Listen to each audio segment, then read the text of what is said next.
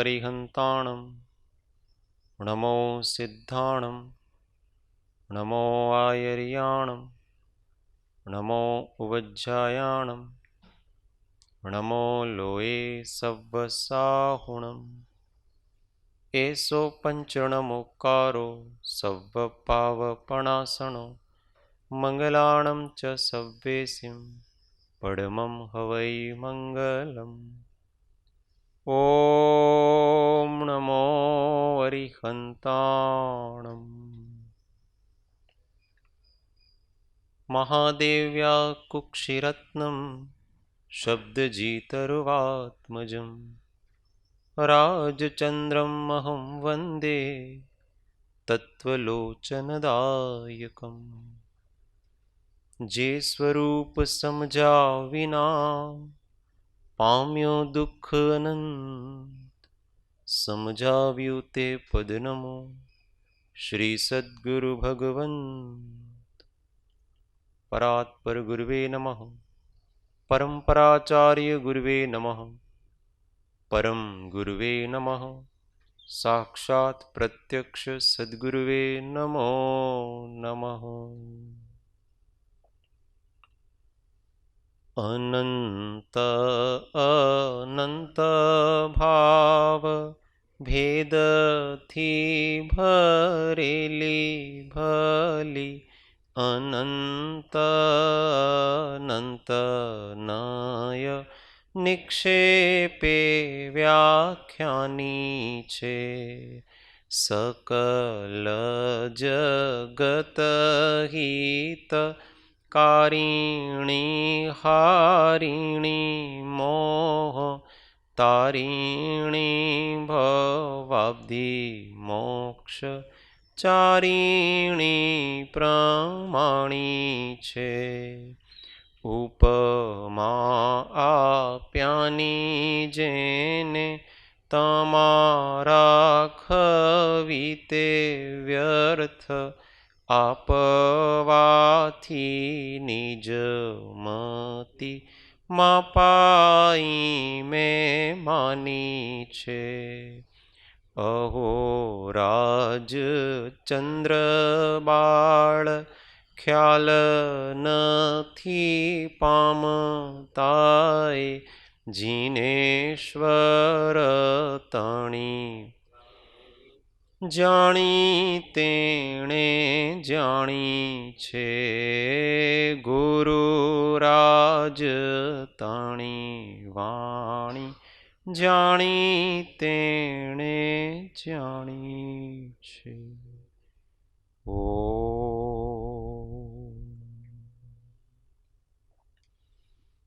जय सद्गुरु वंदन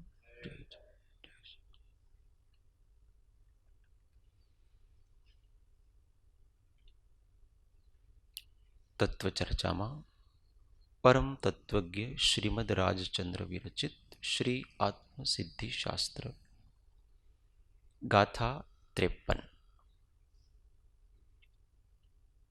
आत्मा छे एनी सिद्धि करी रह्या छे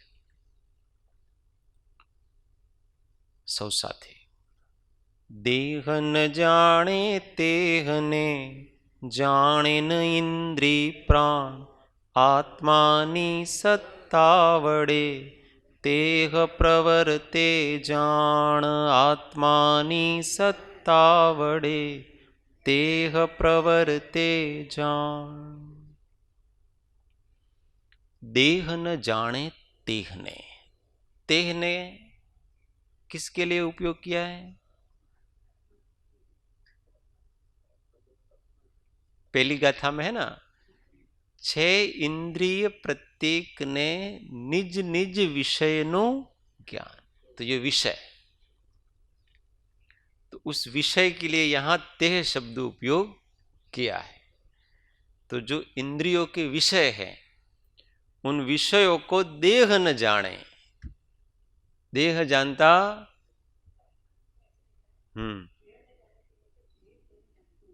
हाँ तो विषयों को नहीं जानता ना विषयों को देह नहीं जानता है कौन जानता है आत्मा तो ये तेहने शब्द है वो विषयों के लिए उपयोग है ऐसा तो देह न जाने तेह ने, देह उनको नहीं जानता है इंद्रिय विषयों को, जाने न इंद्रिय प्राण, इंद्रियां भी उनको नहीं जानती हैं, प्राण भी उनको नहीं जानते, इनमें से कोई भी उन विषयों को नहीं जानते हैं। कौन जानता है? आत्मानी सत्ता वड़े तेह प्रवर्ते जान, ये सब आत्मा की सत्ता से इन सब का प्रवर्तन हो रहा है, अर्थात जानने का काम हो रहा है। कल बात कर रही थी, चली थी कि इंद्रियों की बात चली थी। इंद्रियां दो प्रकार से कही है, एक द्रव्येंद्रिय और एक भावेंद्रिय। जो द्रव्येंद्रिय है वो तो ये सब पार्टिकल्स हैं, अंग हैं सारे के सारे, आंख कान नाक, ये सारे अंदर की रचना बाहर की रचना, इन सबको द्रव्येंद्रिय कहते हैं। उपकरण कहते हैं इसको, क्या है? उपकरण सारे के सारे। द्रव्येंद्रिय मतलब दो प्रकार से होती है, एक उपकरण रूप होती है और एक रचना रूप होती है। ये बाहर के इंद्रिय की बात कर रहे हैं, एक उपकरण के रूप में होती है और एक रचना के रूप में होती है। रचना है वो अंदर की वस्तु है, वो रचना भी दो प्रकार की होती है।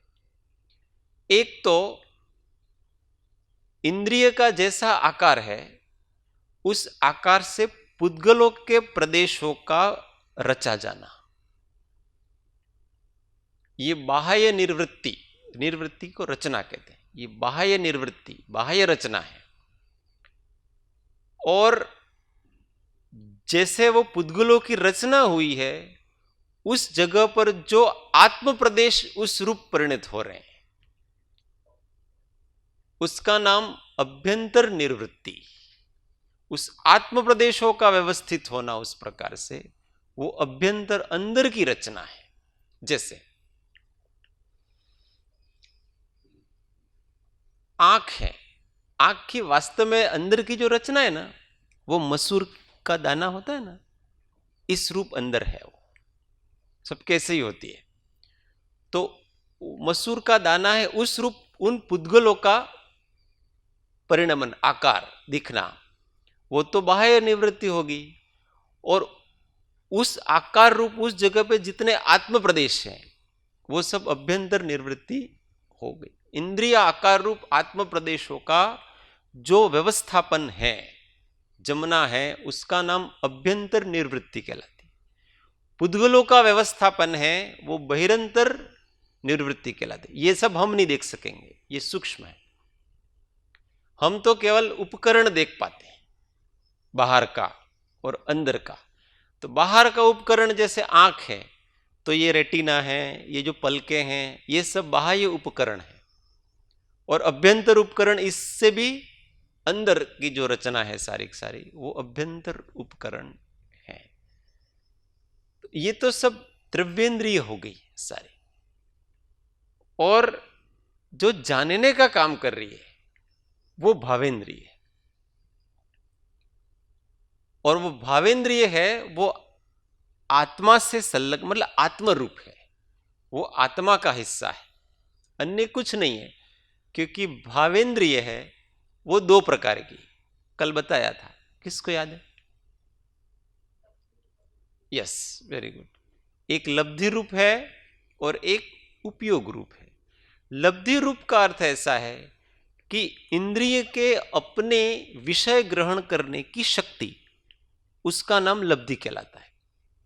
और उस इंद्रिय का जो विषय ग्रहण करने का व्यापार, उसका नाम उपयोग कहलाता है। जैसे कान है, तो कान के सुनने की शक्ति कितनी है? तो भाई मैं यहां से सर्कल तक सुन सकता हूं, इतना मेरे कान तेज हैं। तो ये क्या हो गया? लब्धि।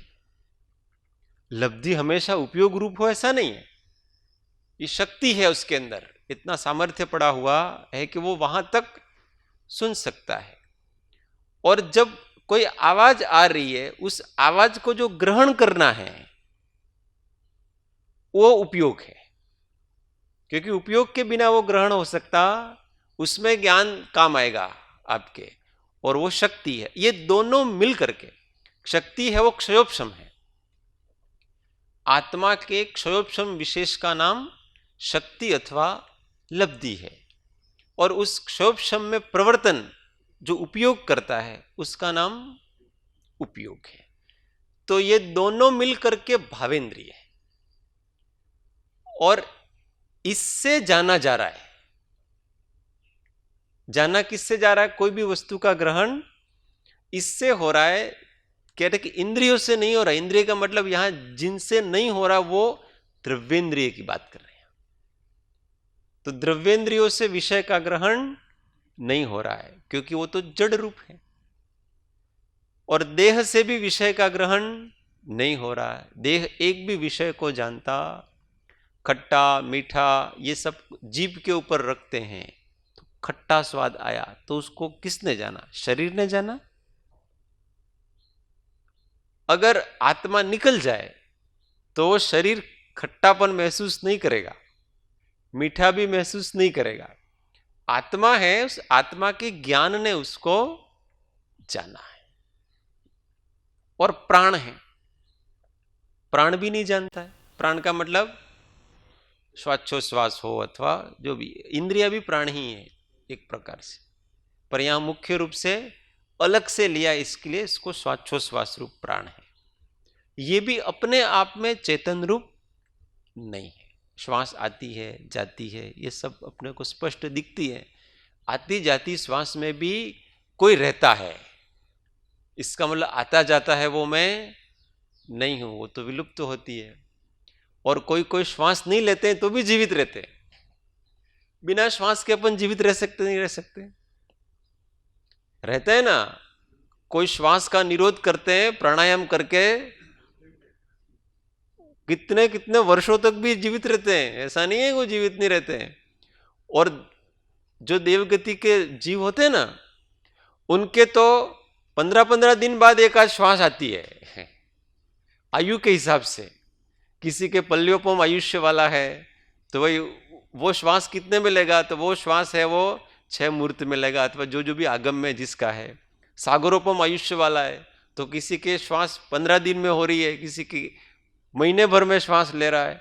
जैसे देव होते हैं ना, उनके श्वास भी दिनों दिनों में ली जाती है, फिर भी उनका शरीर उस आत्मा में, आत्मा के साथ है कि नहीं? श्वास का निरोध हो जाने से सर्वथा प्राण छूट जाएंगे, आत्मा से शरीर छूट जाएगा, ऐसा सर्वथा नहीं है। इसलिए वो भी पौद्गलिक है। जिसके बिना हम जी सकते हैं, हम रह सकते हैं, वो सब पौद्गलिक है, हमारे से अलग है। तो शरीर के बिना भी रह सकते हैं, इंद्रियों के बिना भी रह सकते हैं, और प्राण के बिना भी रह सकते हैं। इसका मतलब ये कर नहीं रहे, जानने का काम, देखने का काम, विषय ग्रहण करने का काम कौन कर रहा है? आत्मानी सत्ता वड़े देह प्रवर्ते जान। तो कर सारा सारा आत्मा। चारवाक को समझाना है इनको, इसलिए अलग अलग प्रकार के दृष्टांत दे रहे हैं। चारवाक भी ये चीज तो समझ ही जाएगा ना, इतना तो समझता ही है। शरीर की कोई क्रिया नहीं होती है ना, कोई भी, उस समय भी आत्मा जानने का काम करता है। जैसे अपन सो गए तो शरीर तो मृत की तरह, मुर्दे की तरह ही पड़ा है, कोई काम नहीं हो रहा है वहां। तो फिर भी वहां विषय ग्रहण का काम हो रहा है, सब चीजें होती है। इसका मतलब ये हम नहीं हैं, जो जान रहे हैं वो हम हैं, जो देह आदि हम नहीं है। देह न जाने देह ने, जाने न इंद्री प्राण, आत्मा नहीं सत्ता वड़े देह प्रवर्ते जान। ऐसा ही शिष्य जानना चाहिए। अब कहते हैं, अब इसको भावेंद्रिय से भी अलग कर देते हैं। अभी अपनों ने यूं कहा था कि वो भावेंद्रिय रूप है, वो आत्मा है, तो भी आत्मा है, नहीं है ऐसा नहीं है, परंतु उसका क्षयोपशमिक रूप है, क्षणिक रूप है, पर्यायगत रूप है। ये पूरा आत्मा नहीं है, क्योंकि ये भी उत्पन्न होता है और प्रलय होता है। तो पूरा आत्मा, वास्तविक आत्मा क्या है, उसको बताते हैं। 54 नंबर 107। सर्व अवस्थाने विषे न्यारो सदा जणाय, प्रगट रूप चैतन्यमय ए एंधाण सदाय। प्रगट रूप चैतन्यमय ए एंधाण सदा। अब ये आत्मा है सर्व अवस्था ने विषय न्यारो सदा जड़ा। सब अवस्थाओं में ये अलग ही रहता है। प्रगट रूप चैतन्यमय, उसका प्रगट लक्षण क्या है, चैतन्यमय। ए इंधाण, इंधाण का मतलब होता है चिन्ह, लक्षण, निशानी, लांछन, सदाए, हमेशा। सारे लक्षण हमेशा नहीं रहते, परंतु एक अव्याभिचारी लक्षण होता है, वो हमेशा रहता है। जो हमेशा रहता है उसको उसका निर्दोष लक्षण जानना चाहिए। तो चैतन्यमय हमेशा रहता है। हम ज्ञान कर रहे हैं उस समय भी ज्ञाता रूप है कि नहीं, ये तो है।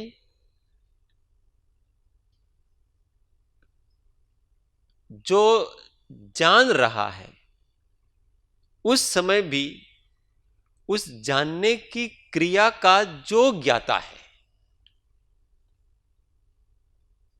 वो स्थिर रहता है हमेशा। अगर ऐसा नहीं मानेंगे कि जो जानने की क्रिया है वहां तक ही, जहां तक उपयोग है वहां तक ही, इतना ही आत्मा है, तो हम क्षणिकवाद में आ जाएंगे।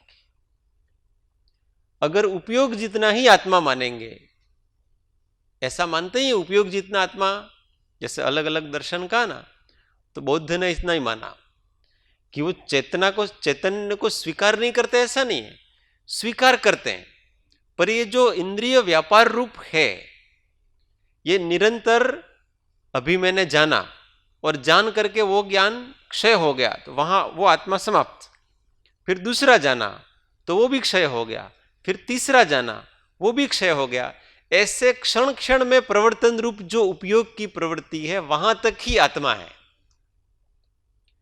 इसके अतिरिक्त उस उपयोग का उपयोगी कोई नहीं है, ऐसा मानते हैं।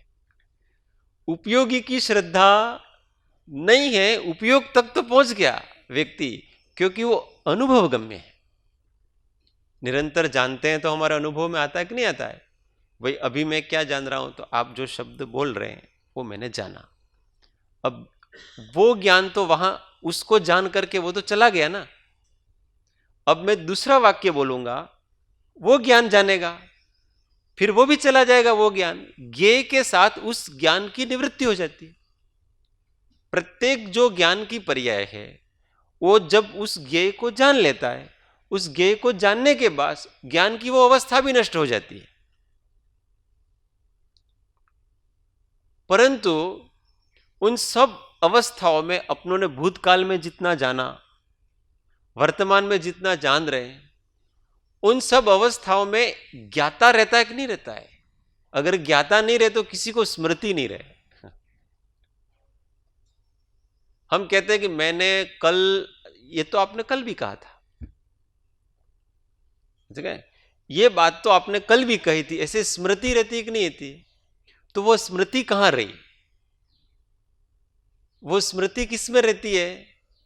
तो स्मृति है, वो संस्कार है, वो अपने चेतना की सत्ता में रहते हैं, क्योंकि वो ज्ञान तो उसी समय नष्ट हो गया था और वो ज्ञेय भी उसी समय नष्ट हो गया था। ज्ञान की पर्याय, ज्ञेय की पर्याय कल की थी, वो कल नष्ट हो गई थी। आज आप कैसे जानते हो उसको। तो उस ज्ञेय के संस्कार है, वो कोई एक ऐसा वस्तु है जहां सब स्टोरेज होता है, और जहां स्टोरेज होता है वो हमेशा रहता है।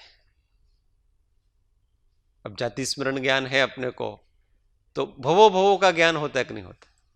अवधि ज्ञान में भवो भवो का ज्ञान हो रहा है, तो कहां से हो रहा है?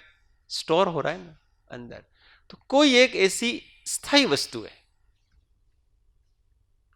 कि जिसमें ये सब रहता है। 3 काल का ज्ञान उसमें रहता है, 3 काल के ज्ञे उसमें रहते हैं। ऐसा हमेशा अलग रहने वाला चैतन्य नाम का पदार्थ है, इसकी श्रद्धा। अब ऐसा जान के करना क्या? ऐसा जान के करना ये कि ज्ञान के ऊपर लक्ष्य नहीं दे करके ज्ञायक के ऊपर लक्ष्य देना। क्योंकि ज्ञान है, उपयोग है, वो तो आता रहता है जाता रहता है, आता रहता है जाता रहता है, आता रहता है। उपयोग तो केवल अपने को, उपयोगी को निर्णय करने के लिए उपयोग स्वरूप आत्मा है, ऐसा कहा है। पर हमको उपयोग में नहीं घूमते रहना है, ज्ञान में नहीं घूमते रहना है, हमको तो ज्ञानी में, ज्ञायक में घूमते रहना है। जो उपयोग को भी, उपयोग जहां से निकल रहा है, उपयोग का बाप, वो उपयोगी है। और वास्तव में हमारे लिए उपयोगी भी वही है। यूटिलिटी कहते हैं ना, यूजफुल। यूजफुल भी उपयोगी ही है, उपयोग यूजफुल नहीं है। इसलिए तो कहते हैं पर्याय की दृष्टि एक क्षणिकता को पैदा करती है, चंचलता को पैदा करती है। कल क्या हुआ था भूल जाओ, भविष्य में क्या होगा भूल जाओ। ये सब अवस्थाएं आती जाती रहती है। विचार है, एक समय आता है, दूसरे समय चले जाता है, भूल जाओ उसको, कोई दिक्कत, उसको याद रखने की कोई जरूरत नहीं है। पर विचार जहां से निकलता है, ऐसा विचारक, बिना प्रयत्न जहां पर सब कुछ जाना जा रहा है, कोई प्रयत्न नहीं करना पड़ता। हम पढ़ते हैं तो जबरदस्ती प्रयत्न करना पड़ता है, याद करते हैं तो जबरदस्ती स्मृति लानी पड़ती है। पर स्वभाव में ऐसा नहीं, स्वभाव में कोई प्रयत्न करना पड़ता नहीं। इसीलिए ऊंचे प्रकार का ज्ञान अभ्यास से नहीं आता है। द्वादशांगी का ज्ञान ये अभ्यास से नहीं होता है। लब्धियां, ये जितनी प्रकार की मति ज्ञान की लब्धियां है ना, जितनी भी, ये सब अभ्यास से नहीं आती है, ये सब विशुद्धि से आती है। आत्मा निर्मल होता है तो आती है, और विशुद्धि आत्मदृष्टि से आती है। जहां किसी भी ज्ञेय पदार्थ के प्रति इष्ट अनिष्टपना नहीं है, वहां वृत्ति अव्याबाद रहती है, निराबाद रहती है। तो लक्ष्य वहां आत्मा को क्लेशमय नहीं करना, सहज रहने देना उसको। बहुत बार हम इसको बहुत कष्ट देते हैं, इसको भी बहुत कष्ट नहीं देना, सहज होने देना उसको। ध्यान, मेडिटेशन भी सहज चलना चाहिए, तत्व विचार भी सहज होना चाहिए। यह अभ्यास पहले थोड़ा असहज होना पड़ता है, उसके लिए किन्हीं किन्हीं चीजों को याद करना पड़ता है, ये सब। पर उसमें भी असहज नहीं, सहज। बच्चे पढ़ते हैं ना परीक्षा में, तो जो घबराहट होती है ना जिसको, कि अंडर प्रेशर, वो भूल जाता है, याद ही नहीं रहता है। जो प्रेशर में आता है वो भूल जाता है। तो मेरे को याद करना है और वहां जाकर के लिख देना है। यहां से याद किया, वहां जाके पटका। और कभी कभी इतना प्रेशर आ जाता है, मेरे को याद नहीं रहेगा, मेरे नंबर कम आएगा, क्या होगा, भूल जाता है याद किया हो। अंडर प्रेशर में याद किया हुआ कभी स्थायी याद रहता नहीं, इसलिए अभ्यास पहले किया जाए। शुरुआत के दिनों में हमने जो पढ़ा है वो परीक्षा के समय याद आता, तुरंत पढ़ा है कदाचित याद आए, अथवा क्योंकि जो प्रेशर से नहीं पढ़ा है, सहज किया है, वो हमेशा बना रहता है। आराम से निराकुलता से किसी को जानो ना, हड़बड़ाहट होती है तो हम उसको जान नहीं पाएंगे। देख, जैसे कि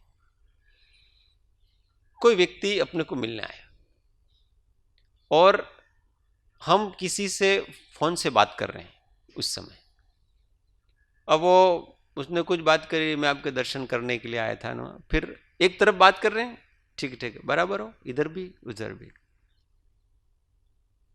और उसने कुछ बात की अपने से, और अच्छा मारे टाइम नहीं हूँ जाऊं, चला गया। फिर वो कुछ बात करके गया, हमने सुनी भी, हाँ भाई शू शा માટે आया था तुम बताओ न जरा, कहीं उसने बात भी की, हमने सुना भी सही। फिर वो दूसरे दिन फोन करता, अच्छा काले આપણે વાત થઈ હતી એ થયું, એ કામ થયું કે નહીં થયું? तो क्या बात हुई? पता ही नहीं, क्यों? हड़बड़ाहट,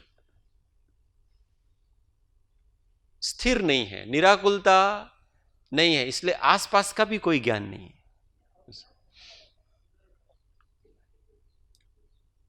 कषायाविष्ट उपयोग है,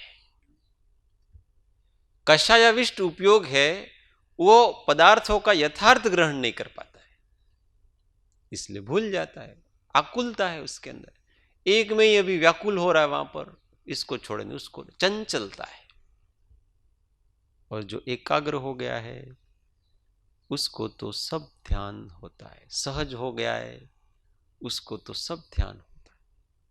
इसलिए देखो आगे आगे के जैसे जैसे स्टेज में पहुंचते ना, तो एक ही व्यक्ति बहुत से लोगों का ध्यान रख लेता है। कैसे रख लेता होगा? उसके अंदर वो कुछ नहीं कर रहा है, पर सब उसके ज्ञान में आ रहे हैं। ऐसा नहीं कि वो उपयोग लगा लगा करके सबके विषय में जानता होगा, ऐसा नहीं है, उसके ज्ञान में सब ऑटोमेटिक आ रहे हैं, कौन कहां जा रहा है, कैसे कर रहा है, किस प्रकार से उसकी मनोवृत्ति चल रही है, ये ज्ञान की निर्मलता है। और जो अपने में ही परेशान है उसको तो न तो अपने का ज्ञान है न दूसरों का ज्ञान, किसी का भी ज्ञान होता नहीं। इसलिए जो महात्मा पुरुष होते हैं एक जगह बैठे बैठे कई लोगों को हिला देते हैं, उड़ उड़ करके उनके पास आते हैं लोग। उस प्रकार की वृत्ति वाले सहज आ जाते हैं। ये भी एक रहस्यात्मक बातें हैं, आगे आगे जाएंगे तो आत्मा में इतनी सारी चीजें पड़ी हुई है कि एक जगह बैठा बैठा आत्मा ये 3 लोक को हिला देता है, कुछ नहीं करता है वो, और क्षोभ को प्राप्त होता है सब। वो केवल ज्ञान होता है ना भगवान का, इंद्रों के सारे आसन हिल जाते हैं, धरणेन्द्र का आसन भी हिलता है, सौदर्भ सबको हिलते हैं, सारा संसार है ना विक्षोभ को प्राप्त होता है।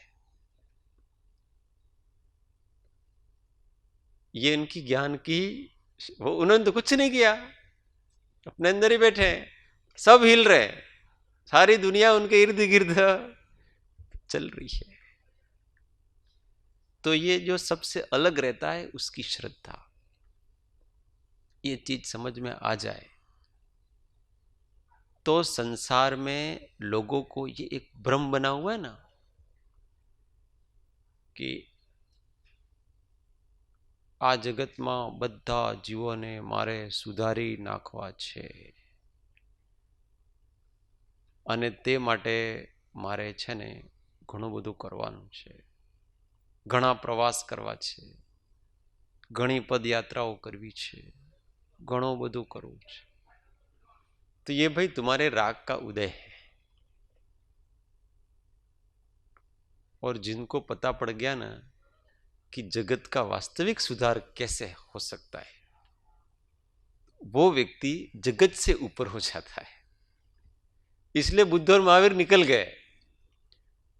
अगर वास्तव में जगत को सुधारना होता तो राजा रहकर के अच्छा सुधार सकते थे, क्योंकि समाज सेवा की सारी सामग्रियां उनके पास वहां ज्यादा है। हॉस्पिटल खोल सकते हैं,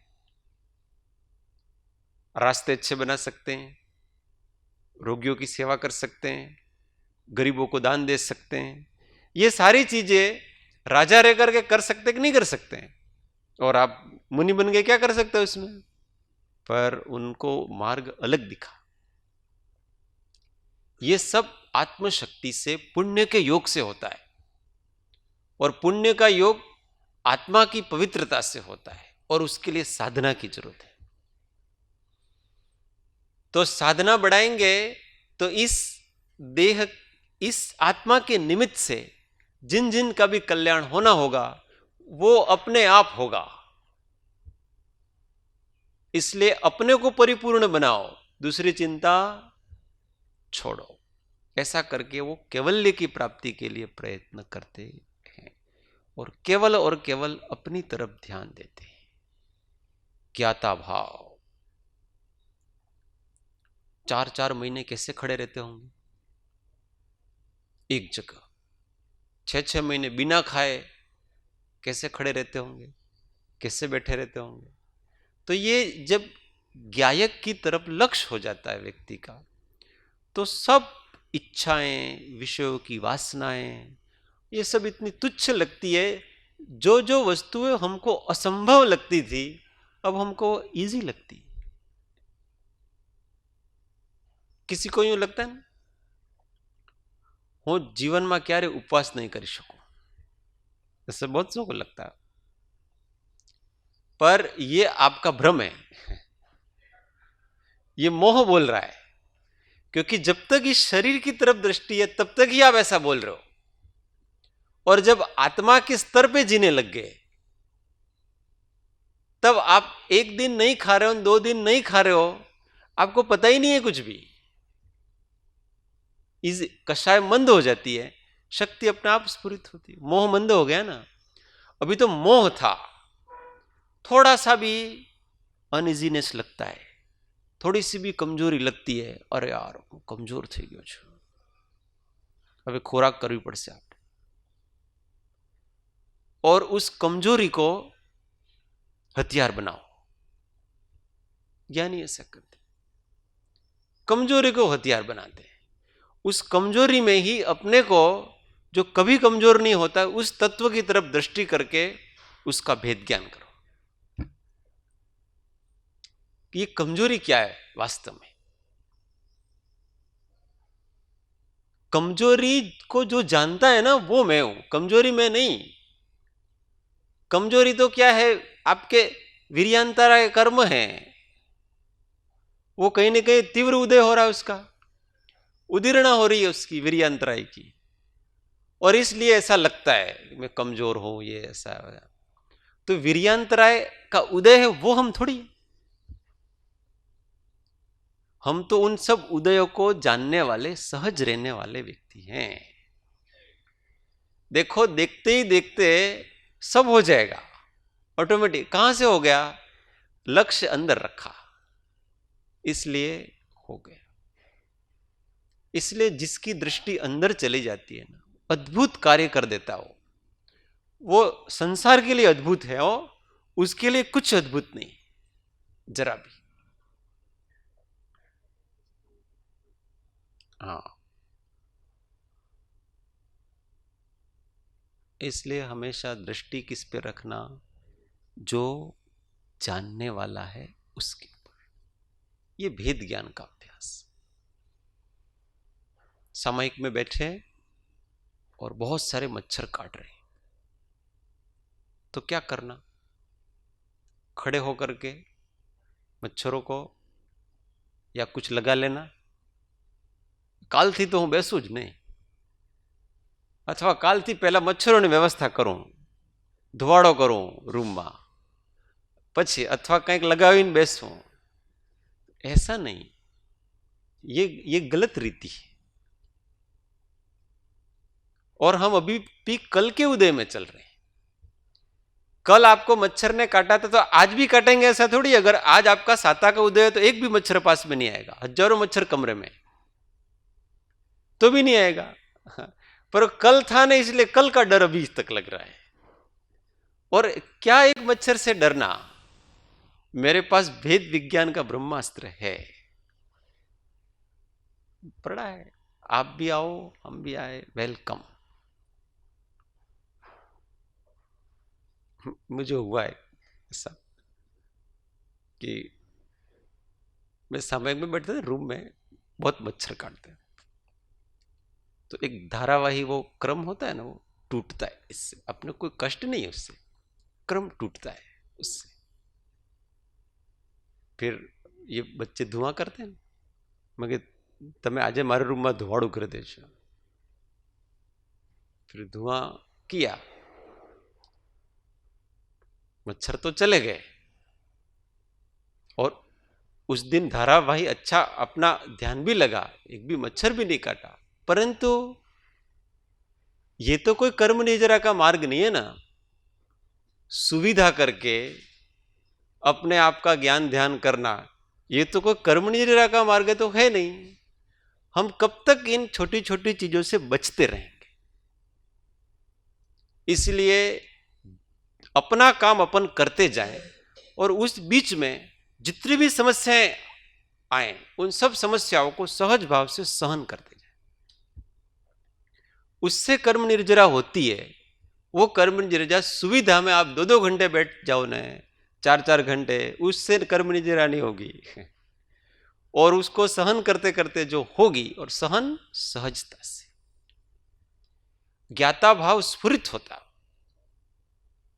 ऑटोमेटिक आत्मा का स्मरण और अधिक होगा, और अधिक गहराई में जाएंगे अपन। उस निमित्त के सहारे हम गहराई में गए, उस उपसर्ग के सहारे हम गहराई में गए, और हम उपसर्ग से बचते रहेंगे, परिसर से बचते रहेंगे, तो आत्मा का कभी कल्याण नहीं होने वाला है। और धीमे धीमे धीमे धीमे हम इतने साता में रहना सीख जाएंगे कि फिर तो हम सामायिक करना ही छोड़ देंगे, छोड़ ही देंगे। हर जगह तो ऐसी कोई सुविधाएं नहीं मिलने वाली ना आपको। कहीं भी बैठो, आपको अपना काम आपका करना है। उस समय समस्याएं आएंगी, और उसको सहन करो सारी चीजें। हाँ, इतना है कि आपके अंदर मुनि की तरह इतनी शक्ति अभी डेवलप नहीं हुए कि हम आगे होकर के समस्या में जाएं।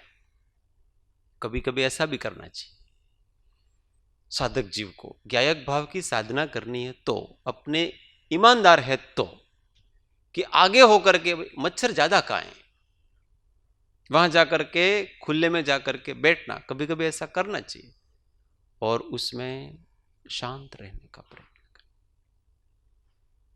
कोई इष्टपना नहीं, कोई अनिष्टपना नहीं, पर डर लगता है व्यक्ति। क्या डर लगता है? बीमार पड़ी जईशु तो, आमा कहीं पेलो कहीं मलेरिया हसे तो, ये सब डर। अब ये मलेरिया वगैरह मच्छरों के काटने से नहीं होता है, ये भ्रम बना हुआ है। ये असाता की उदीर्णा से होता है। निमित्त तो कुछ भी बन जाओ ना आपके, इसमें निमित्तों का क्या है? इतने सारे जंगलों में मुनि वर्तमान में और सब साधना कर रहे हैं, सबको उपसर्ग नहीं आता, मलेरिया होते होंगे सबको मच्छरों को काटने से। ऐसा बिल्कुल नहीं है कि हमको तत्वार श्रद्धान कौन सा कार्य किससे बन रहा है वो पता ही नहीं। और जो बहिर्मुखी संसारी जीव हैं, उनके मार्गदर्शन से चलते हैं, डॉक्टरों के मार्गदर्शन से चलते हैं। તમારે આ સાવધાની રાખવી, તમારે આમ કરવું ને। अरे यार, धर्मात्माओं के मार्गदर्शन से चले, वही हमारे डॉक्टर हैं, और कोई डॉक्टर नहीं। जिस प्रकार से ये आत्मा ऊर्ध्वगामी बनेगा, उसका मार्गदर्शन करने वाला है, उसका मार्गदर्शन मुझे लेना है। बाकी जगत के तुच्छ जीवों का मुझे मार्गदर्शन लेना है। वो धीमे धीमे धीमे धीमे आपको विषयों के कीड़े बना देता है, रागी बना देते हैं वो लोग। હવે આને તો હવે આમ કરો, પછી છે ને હવે આના કારણથી આ થયું કે હવે બીજું આ વસ્તુ લો। ऐसा करते करते करते वो डॉक्टर आपको अच्छे खासे वैरागी को और त्यागी को भोगी बना देंगे। ये अनुभव की हुई बातें सब सारी चीजें। इसलिए सावधान होकर के बहिर्दृष्टि लोगों से बहुत सावधान होना। प्रेम से ही करेंगे सब, ऐसा नहीं हो, सब प्रेम से ही तो करते हैं। अपने कोई बीमार होता है, भाई તમે आप प्रेम थी आ लो, पेलो लो, थोड़ी आम सावधानी रखो, चलो, ये सब राग है। अपने को उनको प्रेम से ही वर्तन करना, पर अपने सावधान रहना कि ये जैसे जैसे मैं करता जाऊंगा ना, तो जब मैं पीछे मुड़ के देखूंगा तो मुझे लगेगा कि मैं कहां था और कहां आ गया, ये रागी लोगों के चक्कर में। इसलिए वैरागियों का, ज्ञानियों का हमेशा मार्गदर्शन लेना, और हमेशा ज्ञायक को पकड़ करके उस एक चीज को पकड़ा जो हमेशा अलग रहता है, सबसे अलग रहता है, उसको मुझे साधना है। और उसके लिए हमेशा कल बताया था ना, मन को मारना। कल सारी बात इसी पे चली थी। आत्मा की साधना क्या है? ज्ञायक को स्मरण में रखते हुए मन को मारना। मारते जाओ, मारते जाओ, मारते जाओ, मारते। अधमरा होते होते होते एक दिन वो मर जाएगा। अच्छा है मरे, जो अच्छी तरह से जनाजा है उसका निकालेंगे। तो ये सारी मन की अवस्थाएं हैं। हमने जैसे कोई चीज सहन नहीं होती, तो वो मन है वो सहन नहीं कर रहा था, मन को मक्कम कर लिया, सहन हो रही। मन को तैयार कर लिया, अपने रेडी कर लिया, तो इजी हो गई अपने। जब तक मन तैयार नहीं था तब तक इजी नहीं हो रही। अभी स्वाध्याय में बैठे और किसी को बैठा नहीं जा रहा है, उठने की इच्छा हो रही। ये इच्छा हो रही है क्या है? अब मन क्या कहता पता है? बदलो, चेंज करो थोड़ा। मन ऐसा कहता है। अब उस समय अगर वो व्यक्ति भेद ज्ञान करे कि मुझे क्यों उठना है, पहली बात तो उठना क्यों? बीच में अच्छा सा सत्संग चल रहा है, प्रॉब्लम क्या है? मुझे प्रॉब्लम मुझे नहीं है, प्रॉब्लम इस मन को है। वो चेंज चाहता है, तो थोड़ी देर बैठ। मर थोड़ी जाएगा, मर जाएगा क्या 5-10 मिनट में? मर जाएंगे अपन 5-10 मिनट, पर वो मन को जीत नहीं पाते, 5 मिनट के लिए भी नहीं जीत पाते अपन। इसलिए जब जब भी ऐसी तीव्र इच्छाएं हो, खाने की हो, बोलने की हो, उठने की हो, बैठने की हो, सोने की हो, जब जब ऐसी तीव्र इच्छा है, उसी समय भेद ज्ञान को तीव्र बनाए। भाई बैठा हूं, ठीक है, कमर दुख रही है तो कोई बात नहीं, बैठे बैठे आसन बदल दूंगा ना, इसमें क्या है, जगह नहीं छोड़ूंगा मैं। और क्या है, कमर दुख रही है ना, कमजोरी आ रही है, इसको भी मैं सहज भाव से उसके ज्ञाता बन के देखने का प्रयत्न करूं। ये सब मेरे ज्ञान में आ रहा है। तो स्वाध्याय समाप्त हो जाएगा ना, इसके बाद भी बैठे रहोगे, जमावट हो जाएगी अच्छी तरह से। जो अभी 1 मिनट बैठने में प्रॉब्लम हो रही थी, अब वो घंटा भर आराम से बैठेगा, क्योंकि अंदर जमावट हो गई है, मोह चला गया है। और मोह के कारण से व्यक्ति मन के अनुसार प्रवर्तन करता। हर समय मोह के ऊपर बड़ी निगरानी रखे और निकालते जाएं, निकालते जाएं, निकालते जाएं। शक्तितः कितना सब अपनी अपनी शक्ति के अनुसार ही निकाल पाएंगे, पर ऐसी तीव्र भावना करने से हमारी शक्ति असाधारण बढ़ती है। हमको अपनी शक्ति का एहसास ही नहीं है कि हम कितना कर सकते हैं, पर जब हम करने का ठान लेते हैं, तब ये एक व्यक्ति बहुत कुछ कर लेता है। उसके पास बहुत सामर्थ्य है। हमको कभी ऐसा लगता होगा कि मैं आधा घंटा भी आसन लगा के नहीं बैठ सकता हूं, और किसी को यूं सुनता है ना कि 4 घंटे तक आसन लगा के बैठा है। मैं जीवन में ऐसा कभी नहीं कर सकूंगा यूं, पर यह बिल्कुल गलत बात है। अभी तो अभ्यास करेगा और संकल्प करेगा तो 6 महीने में 4 घंटा तक बैठना सीख जाएगा आराम से। अंदर से शक्ति का स्फुरण ही नहीं किया है, इसलिए हम अपने आप को लूले लंगड़े ऐसे मानते, दीनहीन बन करके जी रहे हैं। तो अंदर की शक्ति जगाएं, किसके सहारे? सहज चैतन्य जो रहता है उसके सहारे। सहज नहीं रहते हैं, इसलिए शक्ति कम पड़ रही है, इसलिए भेद ज्ञान उत्पन्न नहीं हो रहा है। ऐसा अलौकिक चैतन्य तत्व है, एक बार हमारे श्रद्धान में आ जाए ना, दृष्टि में आ जाए, कृतकृत्य हो जाते हैं, सारे दुख चले जाते हैं, फिर अपने आप ऐसा बोलने लगते हैं, अजर अमर अविनाशी आनंद घन, अजर अमर अवि शुद्ध स्वरूपी में आत्मा हूँ वाला, शुद्ध स्वरूपी में आत्मा, जो पद ताको वो पद माँ को, जो पद ताको वो पद, जो पद ताको वो पद माँ को, जो पद ताको वो पद प्राप्ति को आया हूँ मैं, पद प्राप्ति को आया हूँ, अजर अमर अविनाशी आनंद घन, अजर अमर शुद्ध स्वरूपी में आत्मा हूँ वाला, शुद्ध स्वरूपी में आत्मा। सद्गुरु परम कृपाणु त्रिलोकनाथ की जय, सब संतन की जय, आनंद घन। ओ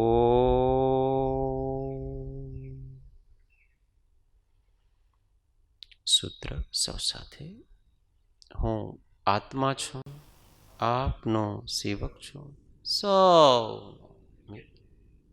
हूँ आत्मा छूं, आपनो सेवक छूं, सौनो मित्र, हूँ आत्मा छूं, आपनो सेवक छूं, सौ।